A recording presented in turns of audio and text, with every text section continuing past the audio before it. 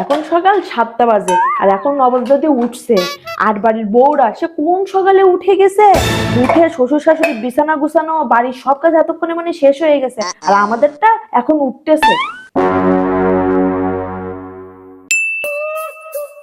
এই বউ, আমার এই কাপড়গুলো ধুয়ে দিও তো।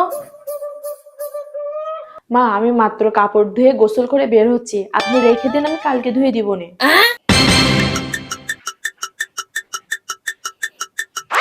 তোমার ছেলের বউকে বলছিলাম তার কাপড়ের সাথে আমার কাপড়গুলো ধুয়ে দিতে, সে বলছে পারবে না।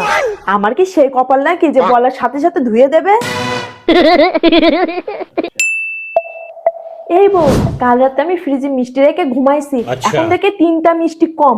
কোথায় গেল এই মিষ্টিগুলো? আম্মা, আমি তো জানি না। জানো না? এটা আবার কেমন কথা? তুমি ছাড়া এখানে মিষ্টি খাবে কে?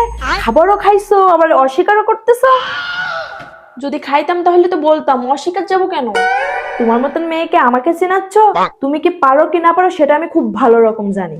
বাপের বাড়িতেও কখনো তো এসব জিনিস চোখে দেখোনি, এখন হঠাৎ করে চোখের সামনে দেখতেছো তো এই জন্য লোভ সামলাতে পারো না।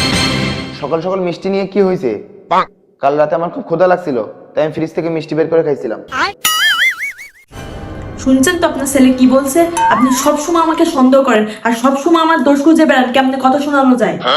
এইসব আপনাকে বলে লাভ নেই, আমার জামাই আপনাদের কাছে আমাকে তুচ্ছ বানিয়ে রাখছে, এই জন্য তো এইগুলো বলার সাহস পান আপনারা। এখন আপনার যৌবন বয়স তো, এই জন্য আপনি যা ইচ্ছা সেটা করতেছেন, কিন্তু একবার বৃদ্ধ বয়সের কথা চিন্তা করে দেখেন।